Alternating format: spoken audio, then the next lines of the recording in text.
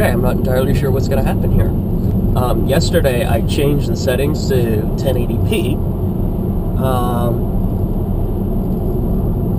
because I thought I was going to use this for work, and we broadcast commercials at 1080p.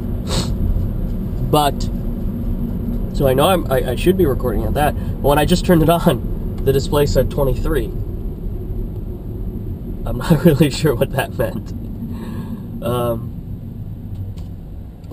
So there's that. Good morning. Happy Friday. Guess it's officially the end of November. There's 30 days in November, right? Yeah.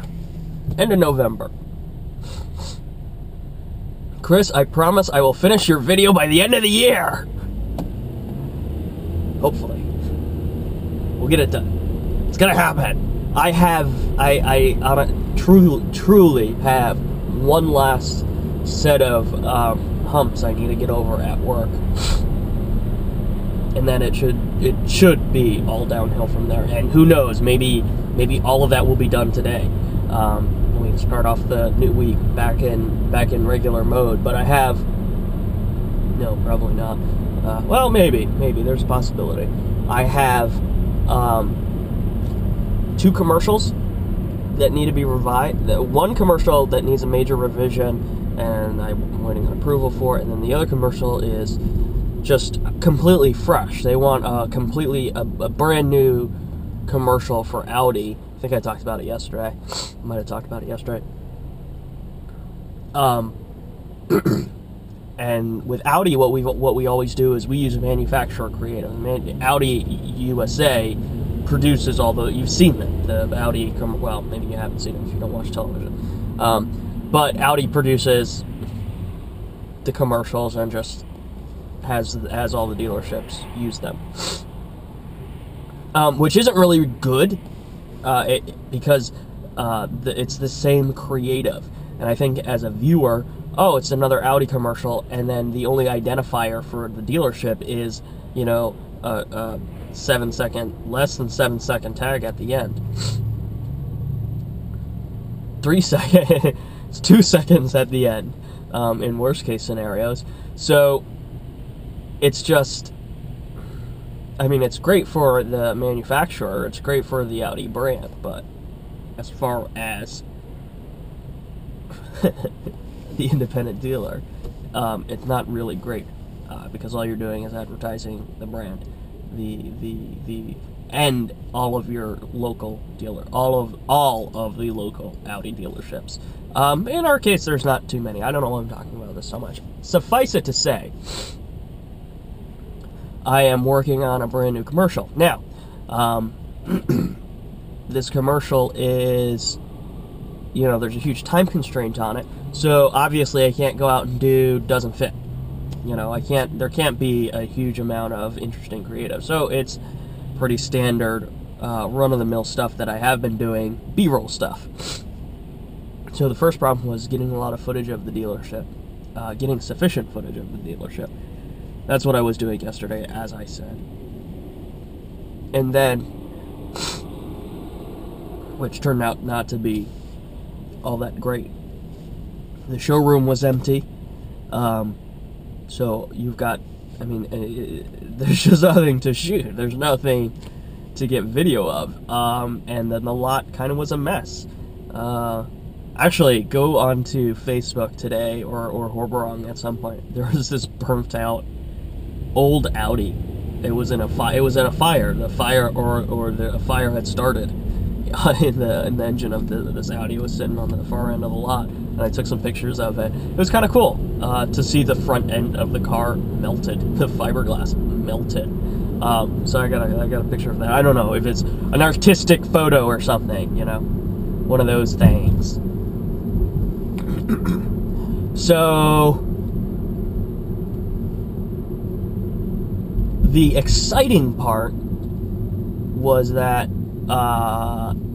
at the end of the day yesterday, I did 2 bits of music, but I started with because I have that really great section of Your Bad Day is My Good Day. I think that's the song. That's the track. In the Equus commercial, which is my original piece, part of my playlist of mood music for being moody.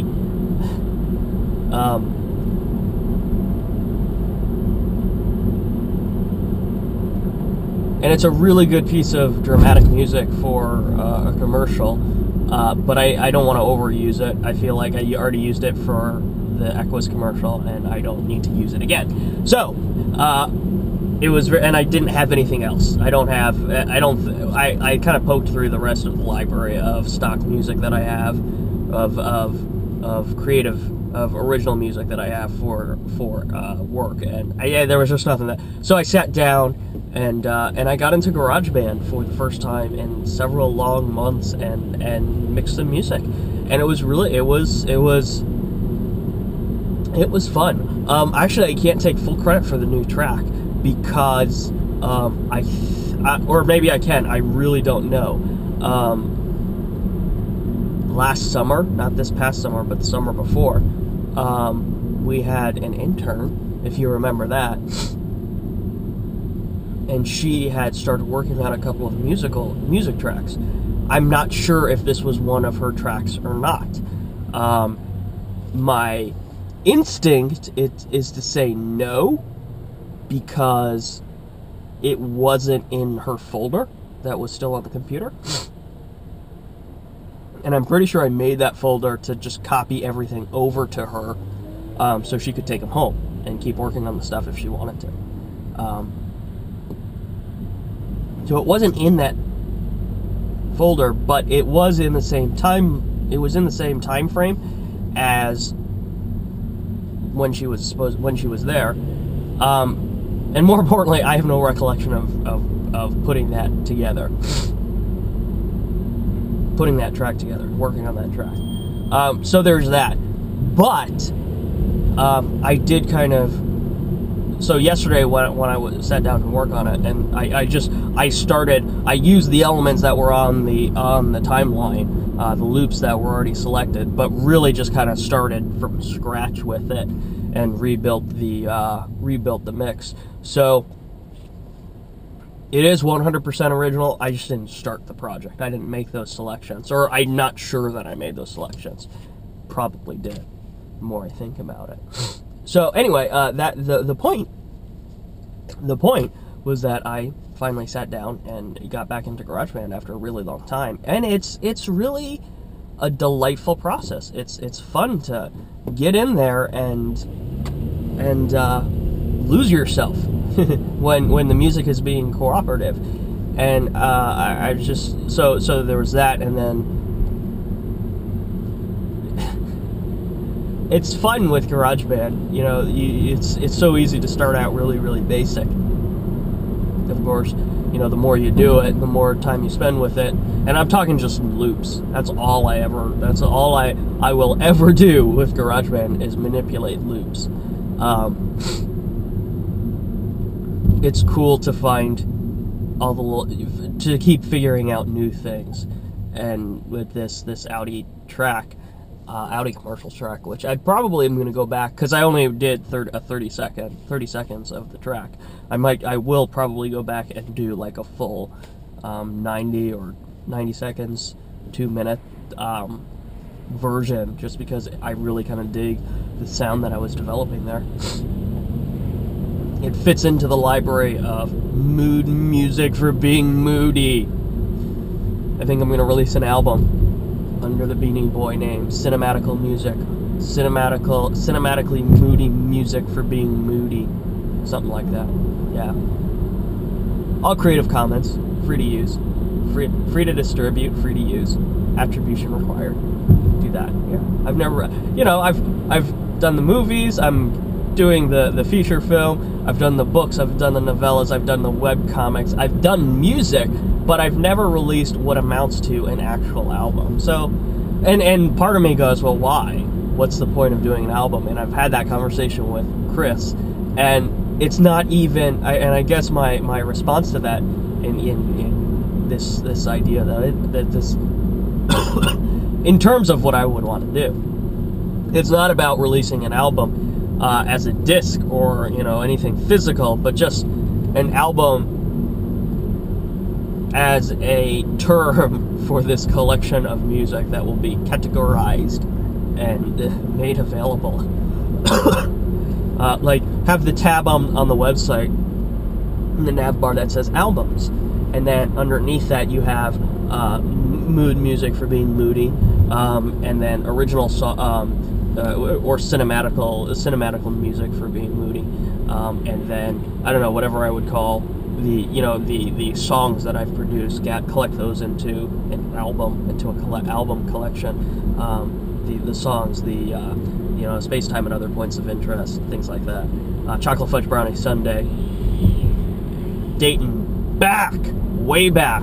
The Beanie Boy album consists of 3 songs.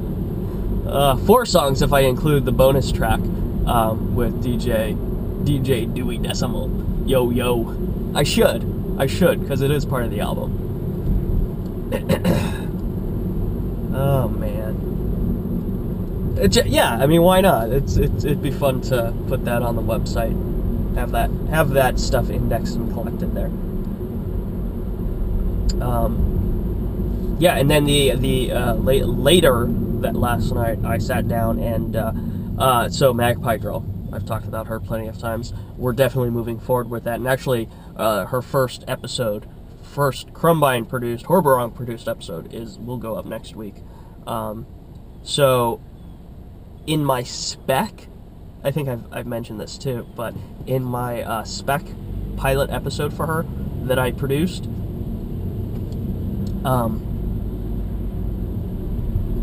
I used a bit of music that Slactive had sent me. He bought a tenor saxophone. I think that's what it was. He'd gotten a tenor sax on eBay, and he was just noodling with it, and he had the sax track and like tapping his hands on the table, and it's a really great track. It might show up in Caffeine. Obviously he's AWOL. And even first of all, the use of his music within her title sequence actually worked really well. But I'm not sure I'm sure he'd be happy to let me use it for whatever. But I'm not sure he would be very happy that it was being used for a religious video. So I'm trying to honor that. I mean, ultimately, I really don't think he'd care. I think he feels like if he gave me music, I'm free to use it, and he probably considers it a massively throwaway track anyhow. Just this random noodle. But I feel like I need to honor his sensibilities. So I told her that I'm not in touch with the original artist of that music, and I don't think he would approve.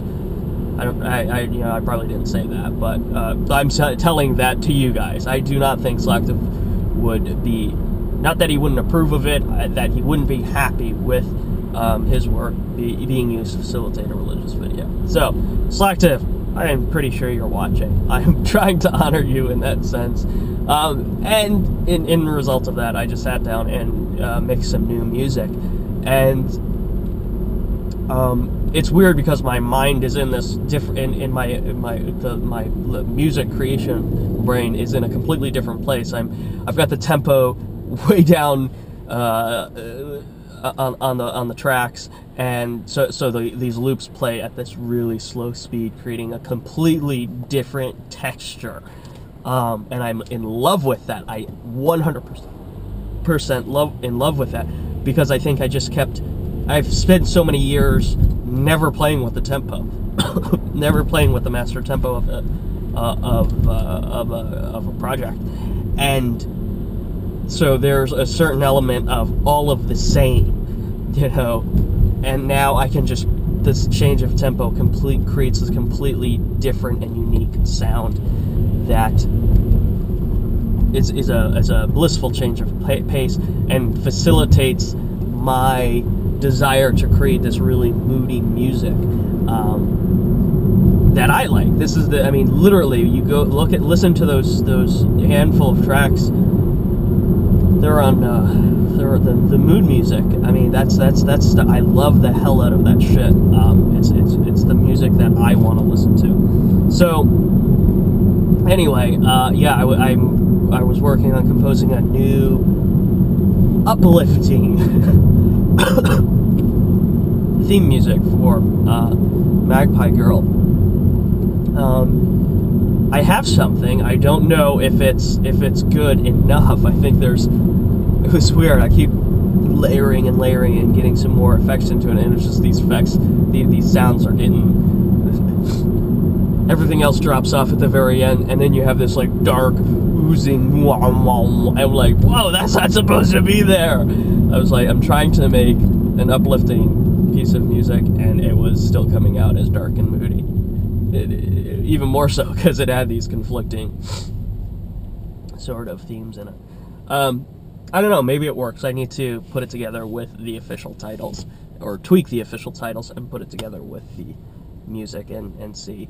So yes, that was my music story. I started with Audi. I will finish up that Audi track. I don't know what I'm going to call it, but make it longer, put it in the actual album of mood music, and this Magpie Girl theme. I don't know that I'll make that any longer, but it's a theme, something I could play with going on, and I probably will keep playing with it to fix until I'm happy with it for her show. And I'm happy to be. I'm just happy that it's, you know, the timing was right. The timing was very right to get back into some of that musical development, that loop-based musical development. So that's fun. I'm happy with that. I did the first cut of her video last night, and it was a shit ton of work because she recorded a lot of footage. It's down to under 9 minutes, and it's just long, and she just has a lot. It's still very dense. I think it's easier to consume, but one of the problems is that I'm totally not the demographic for this. 100% not the demographic. The more I listen to it, the more I understand who she's talking to. The more I think that, okay, well, maybe I don't know. I'm hoping that my produced version, me producing her video, will still make it easier and make it more accessible for her audience, for her to reach her audience. But the thing I do need to direct her to do is just make sure she has a home for her videos on her website. But yeah, I mean, this is her first video out where she is following my direction, where narratively, she's shifting how she talks narratively and how she's presenting her ideas. So, first time out the gate, I think it's very rough around the edges, very long form, and yes, you're going to see a huge difference from episode 3, which was all her, to episode 4. But I think the real change will probably happen, ironically, exactly what I said a couple of videos ago.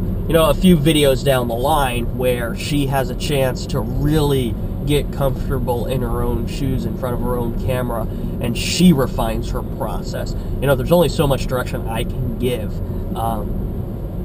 but it still falls to the writer performer, which is the person, the on-screen talent, because she's doing all of that. There is no. All I can do is really try to point her in the right direction. So I think the more practice she has with that defined goal and that horizon line, as long as she knows what she's aiming for, the more practice she has, the tighter she will get. So I think probably 3 or 4 episodes 2 or 3 episodes, hopefully, down the line, into this new process, she will be much better. We will be much tighter. Hopefully we'll get it down to the 5-minute mark.